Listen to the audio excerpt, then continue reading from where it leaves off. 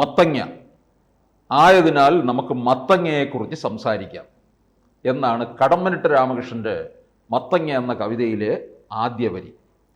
എന്ന് പറഞ്ഞതുപോലെ രാഷ്ട്രീയമല്ലേ, അതുകൊണ്ട് നമുക്ക് കേരള കോൺഗ്രസിനെ കുറിച്ച് സംസാരിക്കാം.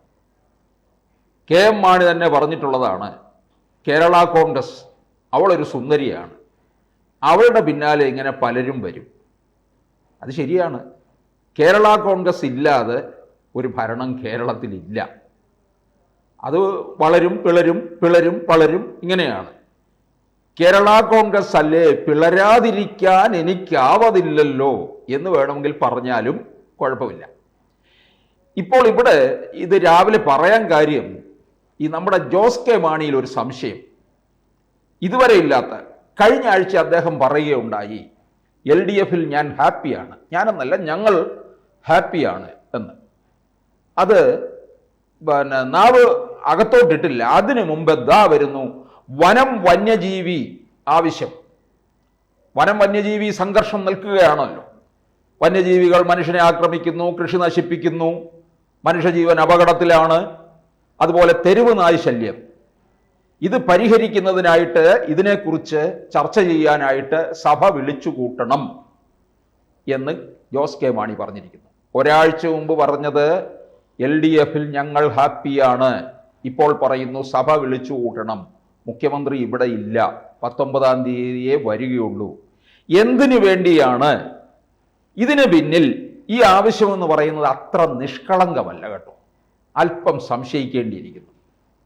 കാരണം എന്തെങ്കിലുമൊക്കെ ഒരു കാരണം പറഞ്ഞാലല്ലേ പുറത്തിയാടാൻ പറ്റുകയുള്ളൂ. അപ്പോൾ ഒരു കാരണം കണ്ടെത്തുകയാണ്. ഈ വനം വന്യജീവി പ്രശ്നങ്ങൾ ഉണ്ടാകാൻ തുടങ്ങിയത് ഇന്നോ ഇന്നലെയോ ഒന്നും അല്ല, ഏറെ നാളുകളായി. തെരുവ് നായ ശല്യം കഴിഞ്ഞ ആഴ്ച തുടങ്ങിയതാണോ? എത്ര പേരുടെ ജീവനാണ് ഈ കഴിഞ്ഞ ഒരു വർഷത്തിനിടയിലും എടുത്തിട്ടുള്ളത്? ഇപ്പോഴാണോ ജോസ് കെ മാണി ഉണർന്നത്? അല്ലെങ്കിൽ എത്ര പേരുടെ ജീവൻ കാട്ടാന, പുലി ഇവയൊക്കെ ഇല്ലാതാക്കി? എത്ര പേരുടെ ജീവിക്കാനുള്ള ഉപാധി കൃഷിനാശം വരുത്തി തീർത്തു? ഇപ്പോഴാണോ കേരള കോൺഗ്രസ് ഉണരുന്നത്? എന്നിട്ട് പറയുന്നത് എന്താണ്? ഇത് കർഷകരുടെ പാർട്ടിയാണ്, ഈ കർഷകർക്ക് വേണ്ടി എന്താണ് ചെയ്തത്? ഇതുവരെ ഇല്ലാത്ത ഒരു വലിയൊരു കർഷക സ്നേഹം ഇപ്പോൾ ജോസ് കെ മാണിക്ക് എവിടെ നിന്നാണ് ഉടലെടുത്തിരിക്കുന്നത്? അങ്ങനെ അതാണ് ഞാൻ പറഞ്ഞത്, ജോസ് കെ മാണിയുടെ ഈ ആവശ്യം അത്ര നിഷ്കളങ്കമല്ല. ഇതിനകത്ത് ചില കാര്യങ്ങൾ സംശയിക്കേണ്ടിയിരിക്കുന്നു. ഇതിനകത്ത് ഇത്രയും നാളും മുറവിളി കൂട്ടാത്ത ഒരു കാര്യമാണ്. ഇപ്പോൾ ഒരു ദിവസം രാവിലെ എഴുന്നേറ്റ് സഭ വിളിച്ചു കൂട്ടണം, അത് മുഖ്യമന്ത്രി ഇവിടെ ഇല്ലാത്ത സമയത്ത്. ഒരാഴ്ച മുമ്പ് പറയുന്നു ഹാപ്പിയാണ് എന്ന് പറയുന്നു. ആ തീരുമാനം പെട്ടെന്ന് മാറ്റുന്നു. ഈ മലയോര മേഖലയിലുള്ള ക്രൈസ്തവ വിഭാഗത്തിൻ്റെ, നല്ലൊരു ക്രൈസ്തവ വിഭാഗത്തിൻ്റെ വോട്ട് കേരള കോൺഗ്രസിനുള്ളതാണ്. അതുകൊണ്ട് തന്നെ ഈ കത്തോലിക്ക സഭയിൽ നിന്ന് വലിയ സമ്മർദ്ദം ജോസ് കെ മാണി വിഭാഗം നേരിടുന്നുണ്ട്, മുന്നണി വിടണം എന്നുള്ള കാര്യത്തിൽ.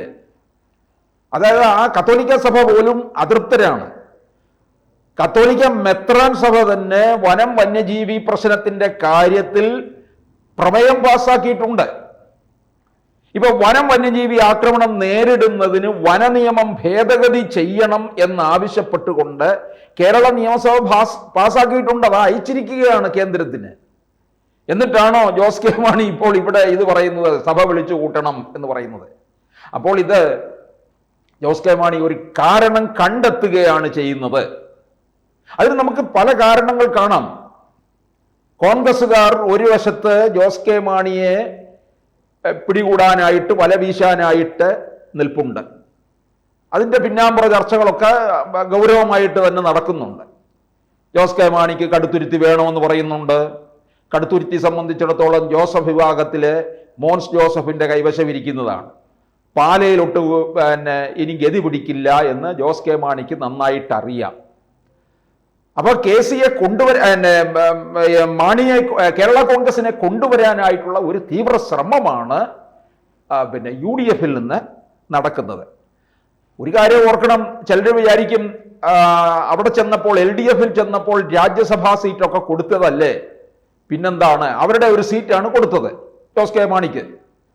അതുപോലെ വേറൊരു കാര്യം, അതിട്ടിട്ട് വരാനൊന്നും ജോസ് കെ മാണിക്ക് വലിയ ഭയക്കേണ്ട കാര്യമോ മടിക്കേണ്ട കാര്യമോ ഒന്നുമില്ല. കാരണം UDF-ൽ നിന്ന് ഇറങ്ങിപ്പോകുമ്പോഴും രാജ്യസഭാ അംഗമായിരുന്നു. ആ രാജ്യസഭാ സീറ്റ് UDF കൊടുത്തതല്ലേ, അത് അവിടെ ഊരി വെച്ചിട്ടിങ്ങി പോന്നു. അതുപോലെ ഇവർ കൊടുത്തതും അങ്ങ് എടുത്തിട്ടിങ്ങി പോരും. അതിപ്പോ 2026 അവസാനിക്കും. പിന്നാണോ ആ ആടയാഭരണത്തിന്റെ പേരിൽ ജോസ് കെ മാണി അവിടെ നിൽക്കത്തില്ല. അതിനപ്പുറമുള്ള ആടയാഭരണം അണിയാൻ തയ്യാറെടുത്ത് നിൽക്കുകയാണ് ജോസ് കെ മാണി. അപ്പൊ തന്ത്രങ്ങൾ സ്വീകരിച്ചുകൊണ്ട് പുറത്ത് ചാടുകയാണ് ചെയ്യുന്നത്. ഇപ്പൊ നോക്കുക, തലശ്ശേരി ബിഷപ്പും കോതമംഗലം ബിഷപ്പും ഒക്കെ എന്താണ് പറഞ്ഞിട്ടുള്ളത്? കർഷകരുടെ ആവശ്യങ്ങൾ സംരക്ഷിക്കുന്നതിൽ പലപ്പോഴും ഈ സർക്കാരിന്റെ പരാജയം എടുത്തു പറയുന്നുണ്ട്. ഇപ്പൊ തലശ്ശേരി ബിഷപ്പ് പാംബ്ലാന് തന്നെ എന്താ പറഞ്ഞത്? BJP-ക്കാരോട്, നിങ്ങൾ ഞങ്ങൾക്കൊരു MBA തരൂ, അല്ല MBA തരാം നിങ്ങൾക്ക്, ഞങ്ങൾക്ക് റബ്ബറിന്റെ വില 300 രൂപയാക്കൂ എന്ന് ആവശ്യപ്പെടുന്നു. അപ്പൊ കർഷകരുടെ ആവശ്യങ്ങൾക്ക് വേണ്ടി മുറവിളി കൂട്ടുന്നു എന്ന് ഈ ജോസ് കെ മാണി കാണിച്ചുകൊണ്ട് ആ തന്ത്രം എടുത്തതുകൊണ്ടാണ് ഈ ഇപ്പുറത്തേക്ക് വരാനുള്ള ഒരു ശ്രമം തന്നെയാണ് നടത്തുന്നത്. അല്ലെങ്കിൽ പിന്നെ ഞാൻ നേരത്തെ പറഞ്ഞതുപോലെ ഒരാഴ്ചയ്ക്ക് മുമ്പ് പറഞ്ഞ ഞങ്ങൾ ഹാപ്പിയാണ് എന്ന് പറഞ്ഞത് എന്തുകൊണ്ടാണ്? ഇവരൊന്നും വലിയ ആദർശഭാരമൊന്നും ചുമക്കുന്നവരൊന്നും അല്ല. ജോസ് കെ മാണി ആയാലും ജോസഫ് ആയാലും എല്ലാ കേരള കോൺഗ്രസ്സുകാരും. 2010 ജോസഫ് ഗ്രൂപ്പ് ഇറങ്ങിപ്പോന്നില്ലേ, UDF-ലേക്ക് വന്നതല്ലേ. അപ്പോൾ ഇവർക്ക് പുതിയതായിട്ട് വേറെ അധികാരത്തിലേക്ക് വരണം എന്നുള്ളതാണ്. ജോസ് കെ മാണിക്ക് കാര്യങ്ങൾ മനസ്സിലാകുന്നു. നിലമ്പൂരെ തോൽവി, അതിനു മുമ്പ് തൃക്കാക്കരയിലും പുതുപ്പള്ളിയിലും പാലക്കാട്ടും കോൺഗ്രസിന്റെ ഭൂരിപക്ഷം ഉയരുന്നു.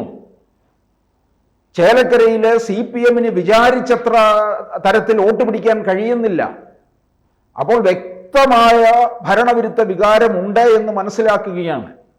ജോസ് കെ മാണി വിചാരിച്ചത് 2021 അങ്ങ് ചെന്ന് കഴിയുമ്പോഴേ പിണറായി വിജയന്റെ കൂടെ ചേർന്ന് കഴിഞ്ഞാൽ പിന്നീടും 3ാം വട്ടവും ഭരണം കിട്ടുമെന്ന. പക്ഷെ രണ്ടാം വട്ടം ഭരണം കിട്ടിക്കഴിഞ്ഞപ്പോൾ അഹങ്കാരം കൊണ്ട് അങ്ങ് മത്തുപിടിച്ച് കയറിപ്പോയി എന്നുള്ളതാണ്. പിന്നെ അവർക്ക് വെളിവില്ലാതായി.